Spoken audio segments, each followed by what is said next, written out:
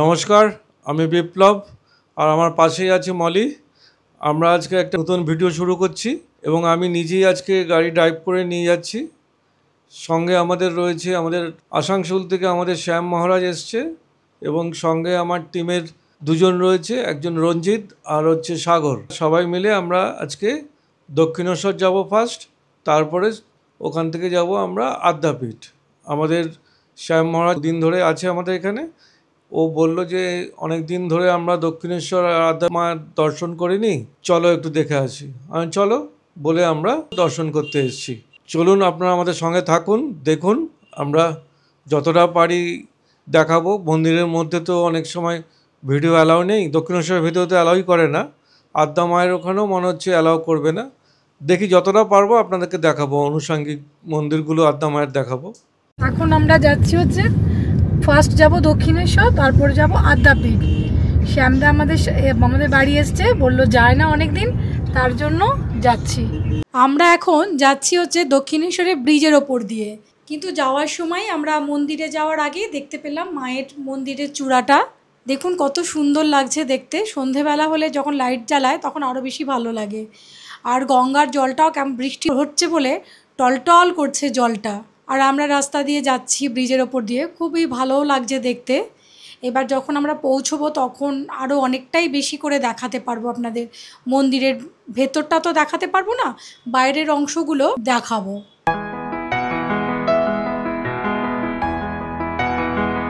এখন আমরা দক্ষিণেশ্বরে পৌঁছে গেছি, গেটের ভেতর দিয়ে ঢুকছি। আর মায়ের তো ভালো করে এবার দর্শন করব। আগের বার তো একটু ঘুরে ঘুরে গেছিলাম, এবার দেখি কি করে যাওয়া যায়। আর ভেতরে তো প্রচণ্ড ভিড় দেখতে পাচ্ছি।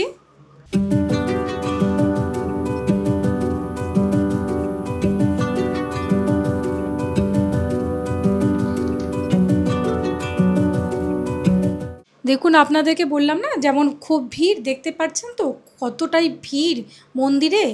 তা আমরা দর্শন করে আসি ভেতরে ঢুকে, ততক্ষণ আপনারা মন্দিরের যে চারপাশটা আছে সেটা দেখতে থাকুন।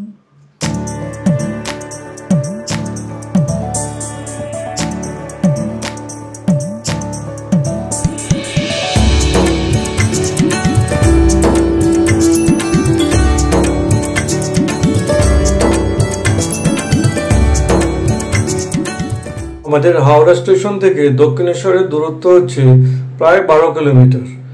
আর এখন দক্ষিণেশ্বর যাওয়ার সবচেয়ে সুবিধা হচ্ছে হাওড়া স্টেশন থেকে আপনি মেট্রো ধরুন, পুরো দক্ষিণেশ্বরের টিকিট কাটুন, কেটে হাওড়া স্টেশন থেকে উঠে মেট্রোতে আপনি ধর্মতলা বা এসপ্ল্যানেডে নেমে যান। ওখান থেকে আপনি ট্রেন চেঞ্জ করতে হয়, গ্রিন লাইন থেকে উপরে উঠে ব্লু লাইন ধরতে হয়, ধরে আপনি পুরো দক্ষিণেশ্বরে পৌঁছে যেতে পারবেন মেট্রো করে।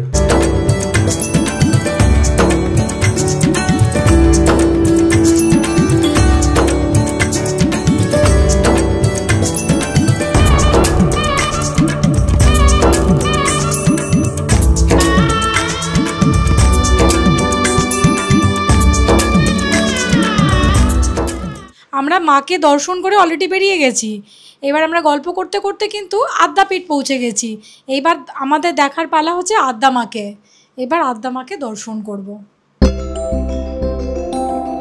আমরা আদ্যা মাকে দর্শন করব বলে গেটের ভেতর দিয়ে ঢুকছি, কিন্তু অলরেডি সন্ধে হয়ে গেছে আর আরতি অবশ্য শুরু হয়নি। এবার যাব, গিয়ে বসবো, দেখব।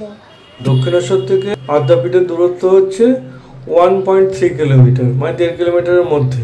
আমি না মন্দিরে আরতি দেখবো আর মাকে দর্শন করব বলে বসেছিলাম, তারপরেই দেখতে পাচ্ছি যে ওরা প্রসাদ দেওয়ার জন্য সবাই লাইন দিয়ে দাঁড়িয়ে পড়েছে। তারপরে বিপ্লব আমাকে ডেকে নিয়ে গেল, বললো এসো, এখনও তো আরতি শুরু হয়নি, প্রসাদ নিয়ে যাও। বলে প্রসাদ নিতে আমরাও লাইন দিয়ে দাঁড়িয়ে পড়েছি। আর যখন নিচ্ছি তখন দেখছি প্রচুর প্রসাদ দিয়েছে।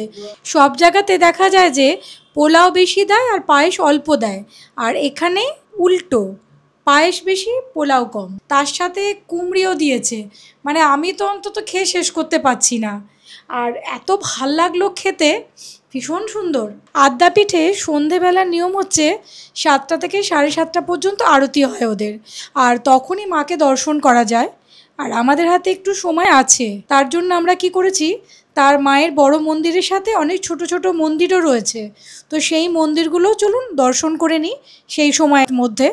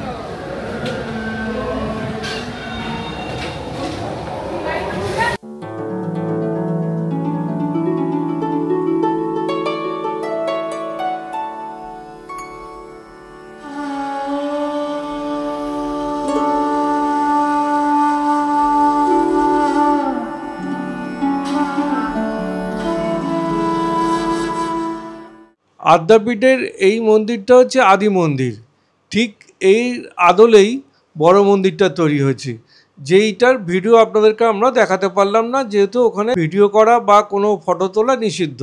সেজন্য আপনারা এটাই দেখুন, ঠিক এরকমই। আর উপরে হচ্ছে রাধাকৃষ্ণ, তারপরে মাঝখানে হচ্ছে আদ্যামা, আর নিচে হচ্ছে ঠাকুর রামকৃষ্ণদেব। এটা দর্শন করলেই আপনাদের ওটা দর্শনের সমান হয়ে যায়।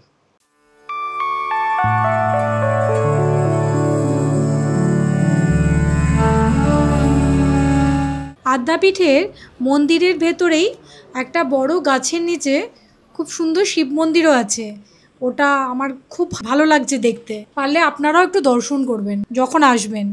এরপর আমরা ভেতর দিকে ঢুকছি। ভেতর দিকে ঢুকে এখানে হচ্ছে রাধাকৃষ্ণের মন্দির, মানে যুগল মন্দির।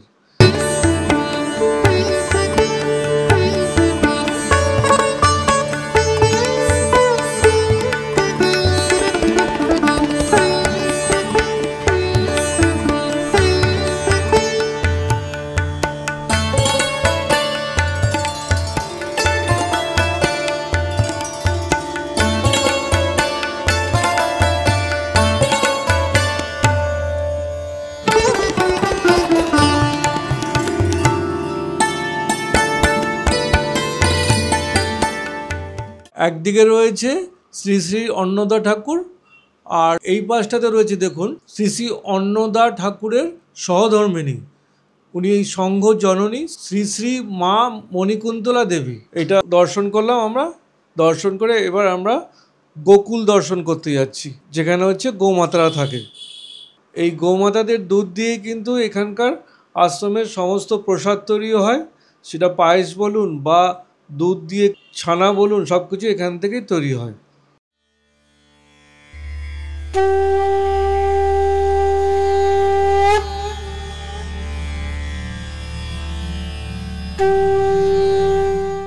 এই আদ্যাপীঠের আশ্রমের এইটা হচ্ছে রান্নাঘর। এখানে সমস্ত প্রসাদ বলুন, ভোগ বলুন, বা যারা আশ্রমিক থাকে তাদের সব রান্না খাওয়া সব এখান থেকেই হয়, এখানেই তৈরি হয়, এখান থেকে খাওয়ার সব জায়গায় যায়।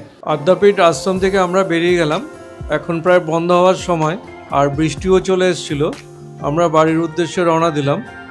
আপনাদের আশা করি এই ভিডিওটা ভালো লাগবে। আপনারা আমাদের সঙ্গে অতি অবশ্যই থাকবেন এবং খুব খুব ভালো থাকবেন। নমস্কার।